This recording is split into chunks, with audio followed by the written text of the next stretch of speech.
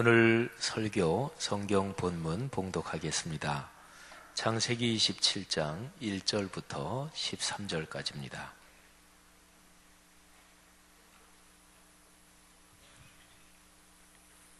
거룩하신 하나님의 말씀입니다.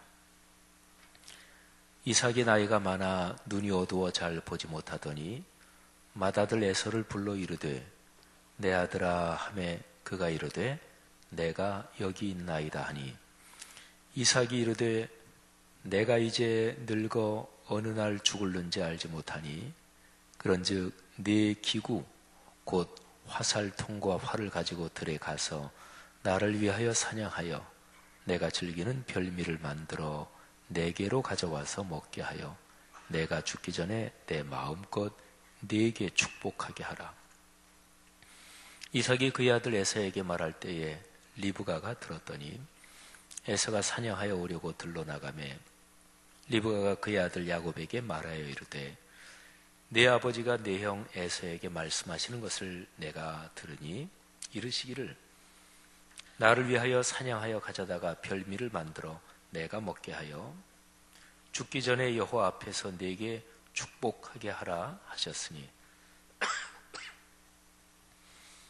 그런즉 내 아들아 내 말을 따라 내가 네게 명하는 대로 염소떼에 가서 거기서 좋은 염소 새끼 2마리를 내게로 가져오면 내가 그것으로 내 아버지를 위하여 그가 즐기시는 별미를 만들리니 네가 그것을 내 아버지께 가져다 드려서 그가 죽기 전에 네게 축복하기 위하여 잡수시게 하라.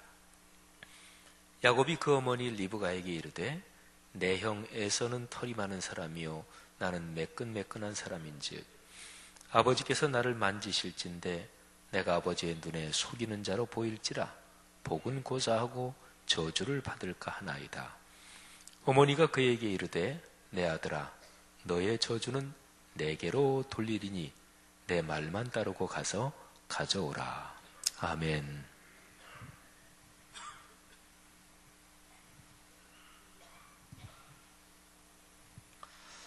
하나님께서는 설교의 선포를 통해 성도들에게 당신의 뜻을 계시하시고 또 성도들을 축복하십니다.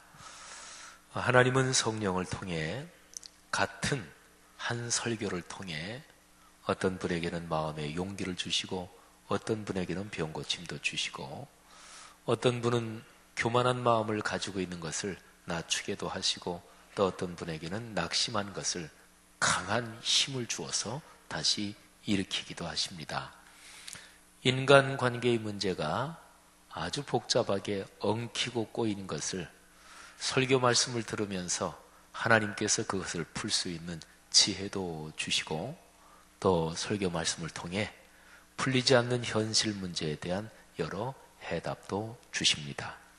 오늘 이 설교 말씀을 통해 하나님께서 성령으로 역사하셔서 우리 성도 여러분의 삶에 각양 필요한 복을 주시기를 주님의 이름으로 축원합니다.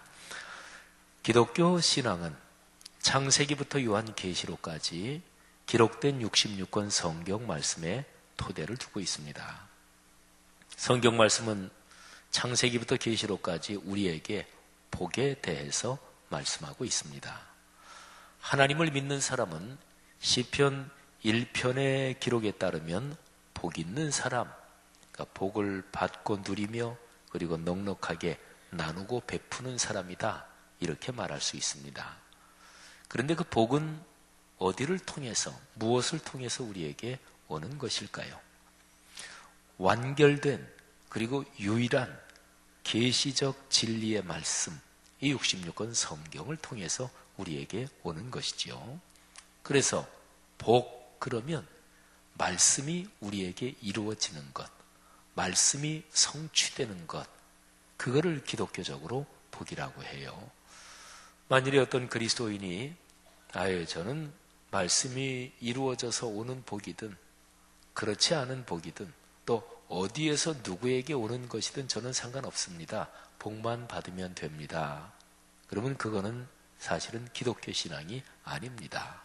신앙의 변질이요, 미신적인 신앙이요, 기복적인 변질된 신앙인 거죠. 그러니까 66권 성경 말씀, 여기에 하나님의 뜻이 나타나 있고, 하나님은 좋은 분이시기 때문에 당신이 창조한 피조 세계에 복을 주시기를 원하시는데, 그 피조물 중에서도 사람은 하나님이 가장 존귀하게 여기시고 극진히 사랑하시니까 사람에게 하나님이 복을 주시기를 간절히 원하셔요. 근데 복이 66권 성경을 통해서 오는 거죠. 성도 여러분들이요, 말씀이 여러분의 삶에 성취되는, 이 말씀이 삶으로 되는 거룩한 운동, 이 흐름이 여러분 가정 가문에 지속적으로 이어지기를 축복합니다. 말씀이 내 삶에 성취된다, 그럴 때 그 심장이 성자 하나님께서 사람 몸을 입으시고 세상에 오신 사건입니다. 그런데 요한복음 1장에 근거하면 태초에 말씀이 계셨고 이 말씀이 하나님과 함께 계셨는데 그 말씀이 곧 하나님이셨다고 했습니다. 그러니까 태초부터 계셨던 그 말씀이 육신이 되어 우리 가운데 거하신 거예요. 그러니까 말씀이 사람이 되셨고 말씀이 우리 삶에서 성취된 것입니다. 그게 바로 크리스마스 사건이지요. 여러분, 그러므로 기독교적인 모든 복 중에서 제일 중심이고 핵심되는 것은 사람이 되신 말씀 예수 그리스도, 그분을 내 안에 모시는 거예요. 그러니까 말씀 때문에 이런 문제에서 도움을 받았고 또 이런 문제에서 해결책을 찾았고 이런 건건 여러 가지 구체적인 경우가 있겠지요. 근데 이런 모든 것은 사실은 다 한 군데에 연결이 되어 있어요. 말씀 자체를 우리 안에 모시면 되잖아요. 그죠? 그러면 그 말씀을 통해서 이런 일, 저런 일, 여러 가지 다양한 일에 하나님의 능력이 작동이 될 것입니다.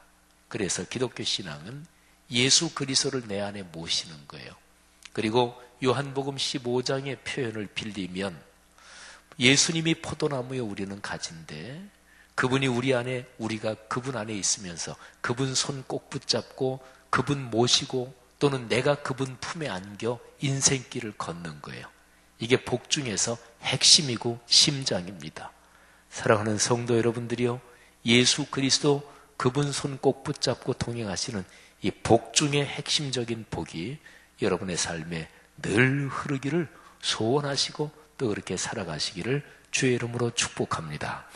그래서 성경에 나온 하나님의 사람, 성경에 나온 위대한 사람, 그러면은 여러 각도로 볼 수 있지만 제일 근원적으로 얘기하면 하나님의 말씀의 성취를 경험한 사람이다, 이렇게 볼 수가 있죠. 근데 말씀의 성취의 핵심은 성자 하나님, 하나님의 독생자가 사람 몸을 입고 이 땅에 오신 사건이라 그랬잖아요.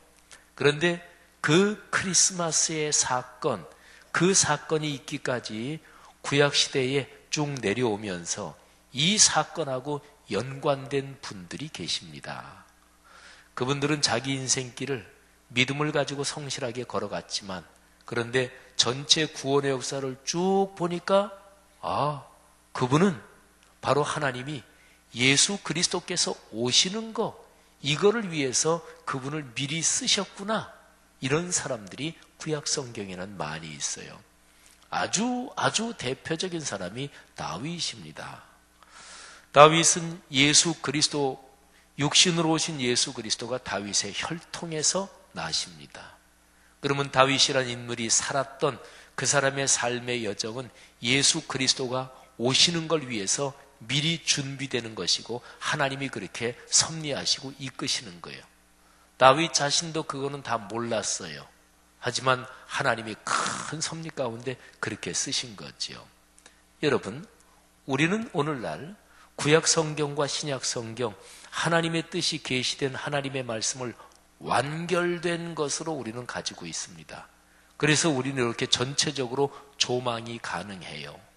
근데 다윗, 그분이 위대한 하나님의 사람이지만 그분은 전체적인 조망이 가능하지 않았어요.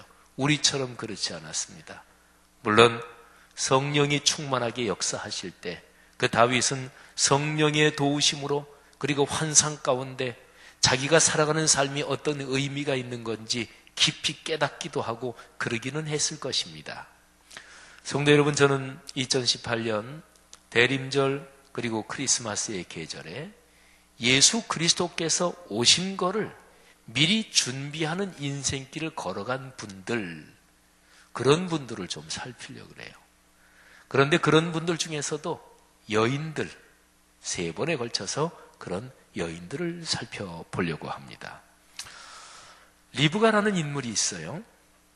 성경에 나오는 하나님의 사람들 중에서 누구 그러면 그분의 특징이 아주 명백하게 나타나는 그런 분들이 많이 있어요. 그래서 그분 하면은 딱 한마디로 짧은 문장으로 그분은 이런 분 이렇게 얘기할 수가 있습니다. 다윗 그러면 하나님의 마음에 합한 사람, 이거는 사도행전에 나오는 표현이기도 합니다만 다윗에 대해서 가장 잘 설명할 수 있는, 그냥 짤막하게 다윗이 어떤 분이지 그러면 하나님의 마음에 합한 사람. 그런 명칭, 그런 설명을 들으면 그보다 영광스러운 게 없을 거예요.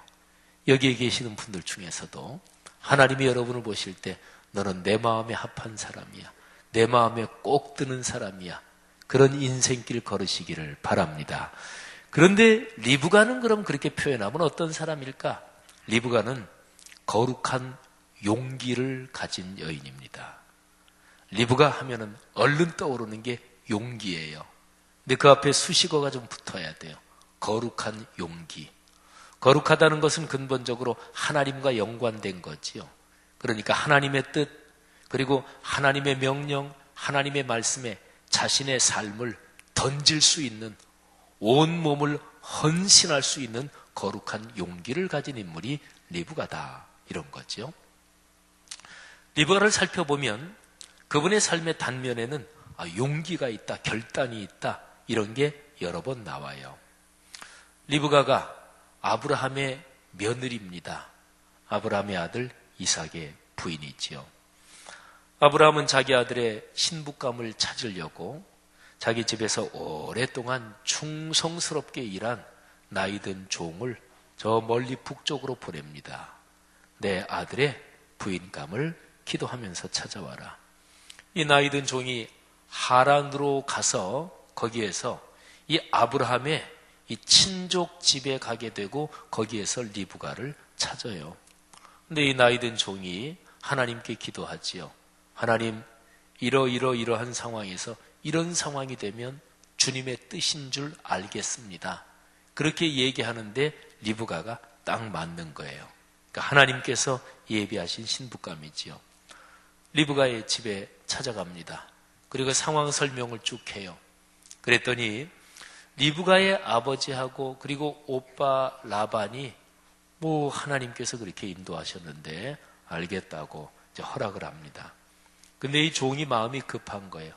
빨리 주인집으로 이 신부감을 데리고 가고 싶은 거예요. 그래서 그 집 사람한테 얘기합니다. 빨리 좀 떠났으면 좋겠습니다. 그런데 이 리브가의 아버지 오빠는 그렇게 빨리 보내고 싶은 마음이 없었습니다. 그래서 좀 더 있다가 그리고 한 며칠 또는 열흘 정도 결혼잔치도 하고 그렇게 하고서 갔으면 좋겠다. 근데 이 종이 빨리 좀 가게 해 주십시오. 그러니까 이 아버지하고 오빠가 곤란하니까 그러면 본인한테 한번 물어봅시다. 우리 딸한테, 우리 여동생한테 한번 물어봅시다. 본인 생각이 어떤지. 그래서 물어봐요.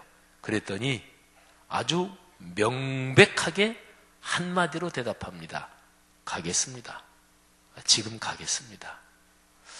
이 사건을 보면 리브가의 성격, 리브가의 사람됨이 어떤가가 나타납니다. 중요한 일을 결정할 때 일단 결심이 있으면 명백하고 그리고 분명하게 자기의 행동을 실행에 옮기는 사람이 바로 리브가였습니다. 리브가가 이삭과 살면서 아이를 갖죠. 근데 쌍둥이였습니다. 근데 이 쌍둥이 아이가 속에서부터 싸우는 거예요. 우리 자녀 기르면서 다 아시는 일이지만 같은 데에서 나왔는데 형제간에도 성격도 다르고 많이 다르죠. 쌍둥이들도 그렇죠. 근데 여기 쌍둥이를 임신한 리브가 그 태중에 있는 두 아이는 태중에서부터 심하게 싸우는 거예요. 그래서 그때 이 이삭과 리브가가 하나님께 기도합니다. 하나님께 물어봐요. 그랬더니 하나님께서 이렇게 말씀하십니다. 이 말씀이 아주 중요해요. 창세기 25장에 나오는 말씀인데 하나님의 말씀이에요. 두 국민이 내 태중에 있구나. 두 민족이 내 복중에서부터 나누이리라. 서로 싸울 것이다 그런 얘기죠. 이 족속이 저 족속보다 강하겠고 큰 자가 어린 자를 섬기리라. 하나님이 주신 말씀이에요. 흔히 이제 이 말씀이 나오면 신학적으로도 그렇고요. 성경을 깊이 연구하는 사람이 여기에 대해서는 굉장히 의견이 많습니다. 그 리브가의 이제 출산할 때 나온 큰 아들이 에서잖아요. 작은 아들이 야곱이에요. 근데 하나님께서 큰 아들 에서보다 작은 아들 야곱을 축복하신다. 뭐 이런 얘기인데, 아니 태중에서 임신된 두 아이, 에서가 뭐 태중에서부터 잘못한 것도 없을 텐데 하나님께서 왜 에서는 미워하시고 야곱은 사랑하셨나? 이거를 어떻게 해석해야 되나? 거기에 대해서 굉장히 많은 신학적인 논의가 있고 의견들이 많습니다.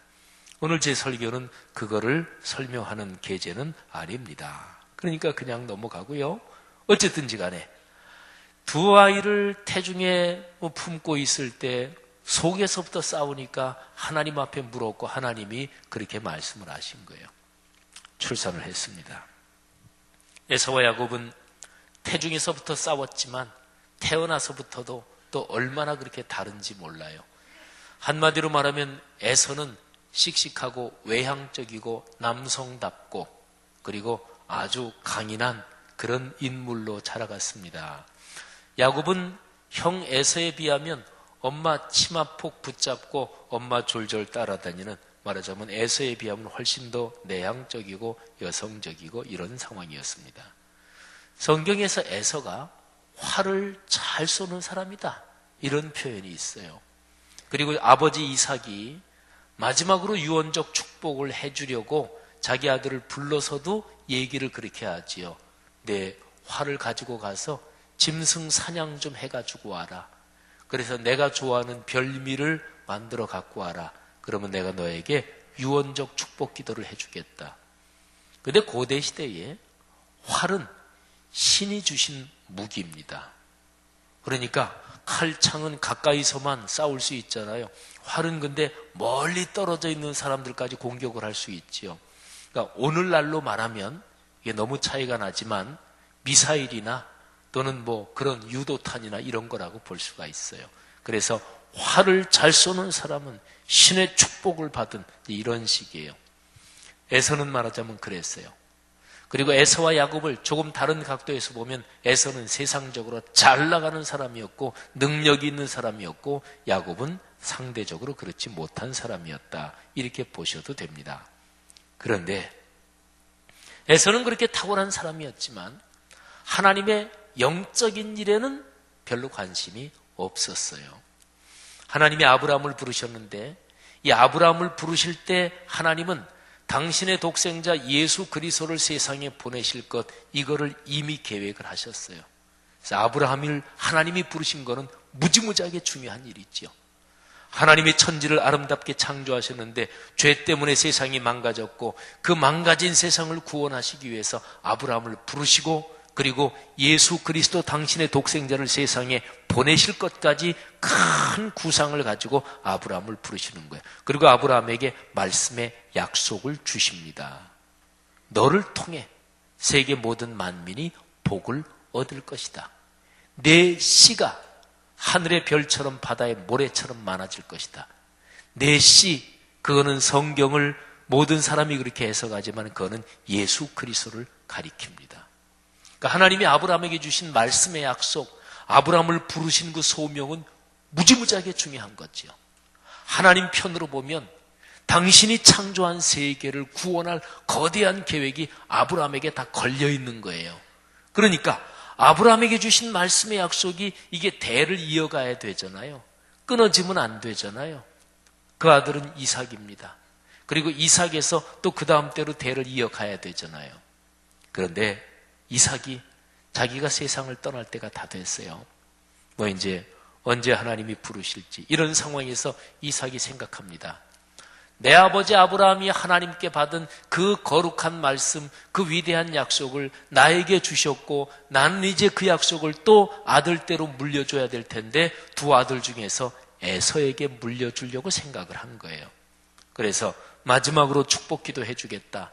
이 얘기는요, 오늘날로 말하면 내가 유언을 남기고 그거를 작성해서 공증을 하고 집안의 재산 이런 거를 맏아들 너에게 물려주겠다. 오늘날로 말하면 그런 거하고 똑같은 거예요. 또 장남이니까 자연스러운 일이지요. 그런데 부인 리브가가 그 얘기를 들었어요. 그리고 리브가가 이 상황을 뒤집습니다. 에서가 아니다. 야곱이 내 시아버지 아브라함에게 하나님이 주신 그 영적인 거룩한 위대한 약속, 이 법통, 이 적통, 이거는 둘째 아들 야곱에게 이어져야 된다. 리브가는 확신하고 그리고 이를 도모하지요. 큰아들 에서가 사냥을 하러 나간 사이에 양을 잡아서 요리를 하고 염소를 잡아서 요리를 하고 그리고 그거를 아버지에게 둘째 아들이 갖다 드리게 하고 축복 기도를 받도록 이렇게 일을 진행을 시키는 거예요. 여러분 근데 한번 생각해 보세요. 그렇게 일을 진행했을 경우 그 뒤는 어떻게 될까요? 간단하지요. 난리가 나는 거지요. 에서 야곱 엄마가 키웠을 거 아니겠어요? 그 성경 모르겠어요? 우리는 오늘날 성경의 기록을 다 가지고 있으니까 실제로 그렇게 일이 진행된 다음에 에서가 야곱을 죽여버리려고 했어요. 근데 엄마 아빠 때문에 못 죽인 거예요. 그러니까 리브가가 그걸 몰라요. 이게 가정이 파탄이 나고 평지풍파가 나고 잘못하면 피바람이 불 수도 있는 일이었습니다. 리브가 그거 알았겠지요. 그런데도 결단하고 행동으로 옮겨요. 왜 그랬을까요? 리브가가 둘째 아들을 특별히 더 사랑했기 때문일까요? 그것도 없지는 않았겠지만 근데 성경을 쭉 읽어가면 전체적으로 흐르는 맥락에서는 그게 주요 요인이 아닙니다. 에서는 영적인데 관심이 없는 사람이었어요. 그러니까 오늘날의 신앙인으로 말하면 신앙생활을 하는데 영적인 권위와 영적인 질서와 축복이 어떻게 이어지는지 그 영적인데 별로 관심이 없는 사람이었어요. 어느 날 사냥을 하고 와서 배가 무지무지하게 고팠는데 동생 야곱이 팥죽을 끓이고 있는 거예요. 야, 야곱, 형님 팥죽 한 그릇 좀 대령해라. 빨리 좀 한 그릇 다오. 내가 배가 고파 죽을 지경이다. 그러니까 야곱이 형한테 그럽니다. 형, 내가 공짜로 줄 수는 없고 형이 장자 아니요, 장남 아니요.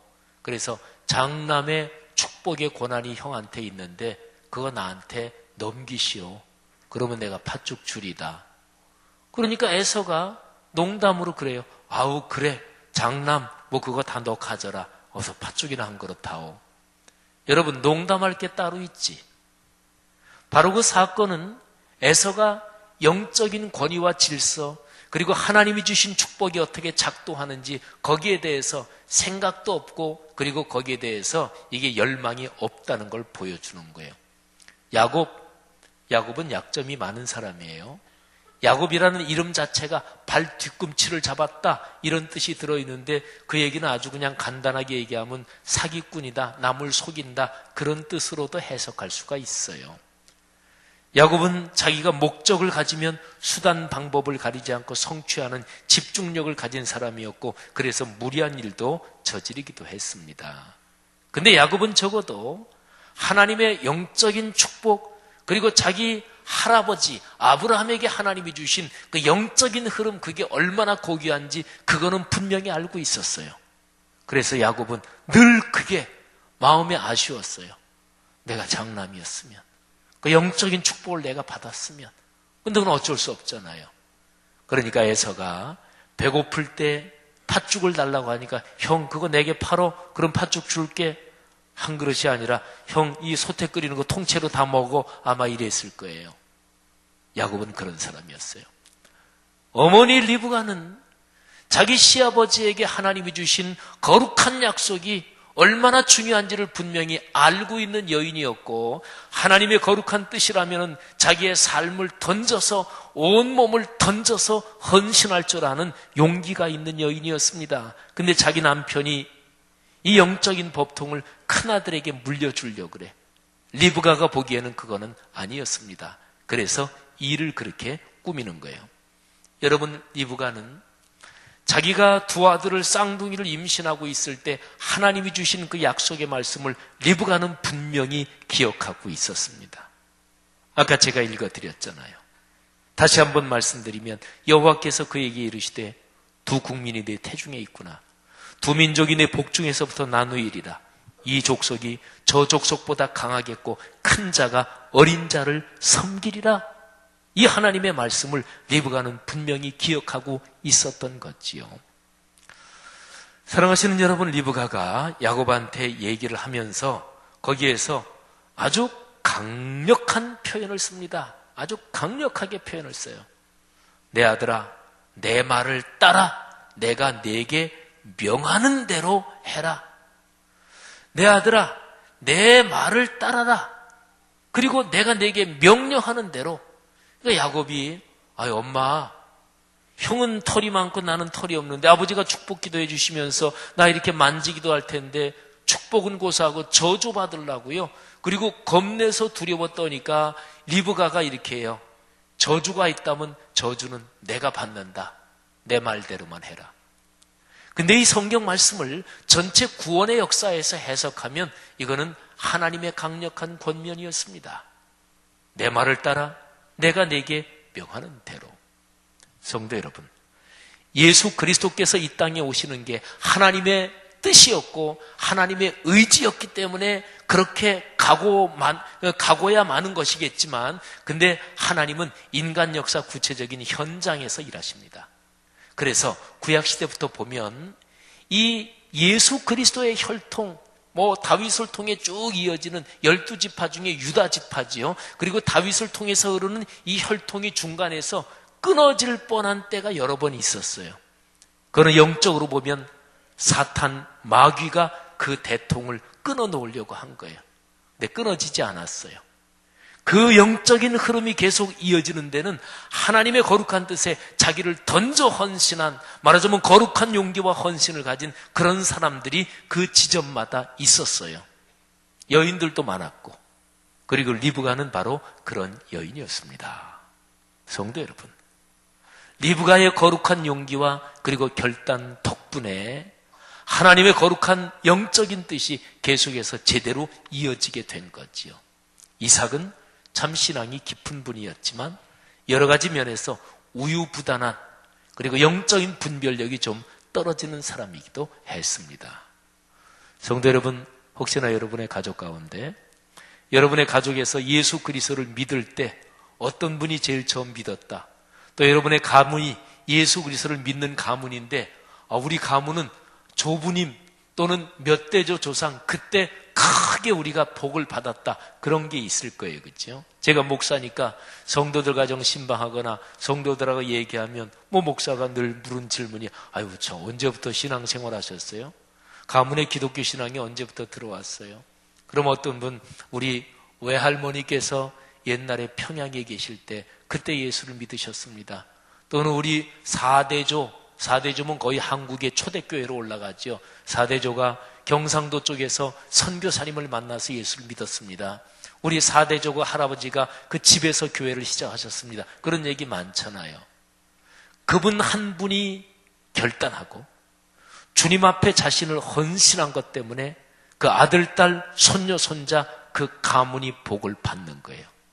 여러분, 우리가 걸어가는 길이 내 인생 내가 결정해서 걸어가지, 맞아요.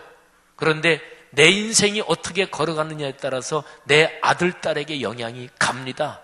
내 손자, 손녀에게 영향이 갑니다. 내가 걸어가는 길을 통해서 내 아들, 딸, 손녀, 손자의 복의 길을 내가 막아놓을 수도 있고, 그리고 복의 문을 넓게 열어놓을 수도 있습니다. 성도 여러분들이요, 리브가는 어떤 여인이었나요? 바로 그런 여인이었어요. 그 여인이 헌신하고 거룩한 용기를 가지고 하나님의 명령에 순종했기 때문에 하나님의 거룩한 뜻이 계속 이어질 뿐 아니라 그 가정 가문이 복을 받은 거지요. 성도 여러분들이요, 우리가 대림절 기간을 걸어가고 있는데 크리스마스의 사건이 있기까지 하나님의 거룩한 뜻에 자신을 헌신한 이런 여인들, 이런 하나님의 사람들이 있어서 하나님의 뜻이 진행이 되는 거지요. 우리 자신을 살핍시다. 어떠십니까? 한번 스스로에게 물어보세요. 나는 어떤가? 하나님의 거룩한 뜻에 내가 용기를 가지고 결단하고 헌신해 오면서 그렇게 인생길을 걸어오셨습니까? 잘하셨습니다. 여러분의 아들, 딸이 복을 받을 것입니다. 여러분의 손자, 손녀, 가문이 복을 받을 것입니다. 주의 이름으로 축복합니다.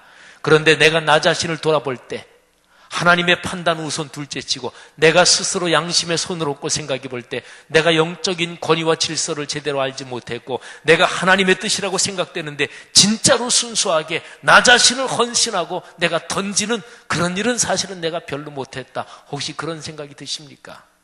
안타까운 일입니다. 안타까운 일이죠. 성도 여러분, 오늘 제 설교 제목이 내 말을 따라 이것입니다. 리브가가 한 말이에요. 근데 이거는 사실은 구원의 역사로 보면은 하나님의 명령이기도 합니다. 하나님께서 우리에게 모든 성도들 한 분 한 분에게 이런 은혜를 주시기를 간절히 원합니다. 리브가처럼 하나님의 뜻이라고 생각되는 그 일에 자신을 던지고 헌신해서 가정, 가문, 대대로 복을 받는 그런 축복이 있기를 주의 이름으로 축원합니다. 기도하겠습니다.